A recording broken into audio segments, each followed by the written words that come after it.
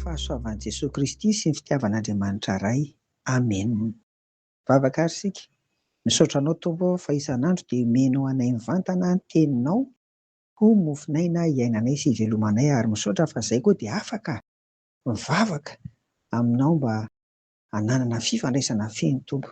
Ka dia voninahitra ho anao amin'izany amin'ny anaran'i Jesosy. Amen. Nanomboka tamin'ny talata isika no nijery an'ireo loza folo ry havana ao amin'ny Eksodosy toko 7 andininy 12 averimberinay foana izany.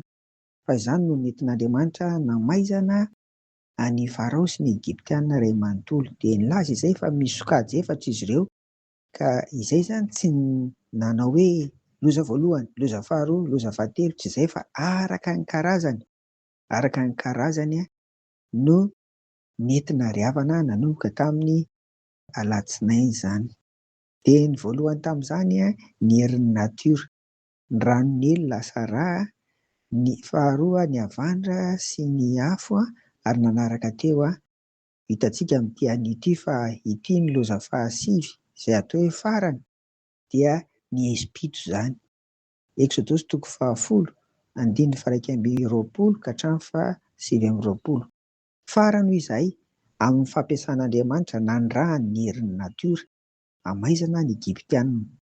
Misy tanjona telo tian'Andriamanitra vohitra ry havana ny amin'ny nandrahany ny Espito. Voalohany, mba nehon'ny Tompo fa tsy mitsinonareo andriamanitry ny Egiptianina. Efa nambaranay omaly fa amin'ny manompo Andriamanitra maro azy dia misy ny atao koa hoe Andriamanitra Re na Amona Re. Io izany dia tsy inona akory fa Andriamanitry ny masoandro.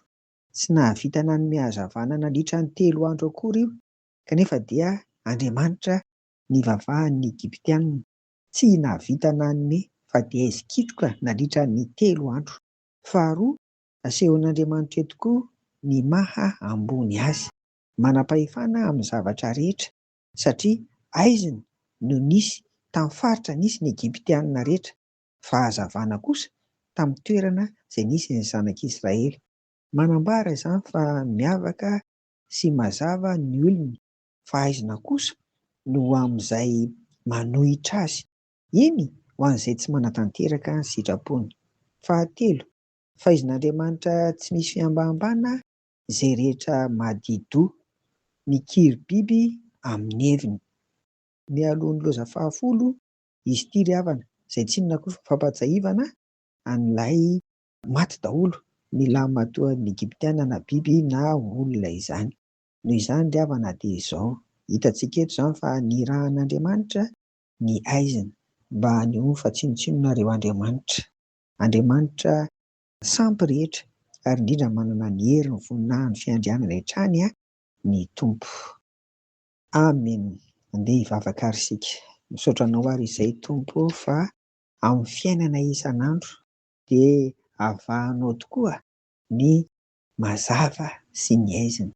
Koa ingana izay hifidy ny mazava dia ny fiainana miaraka amin'ny Jesosy Kristy ihany koa, fa izany no tena zava-dehibe Tompo, mba tsy hameno ny fiainanay ny Espito. Dia arovo izay, hamasino izay, hampio izay. Amin'ny anaran'i Jesosy. Amen.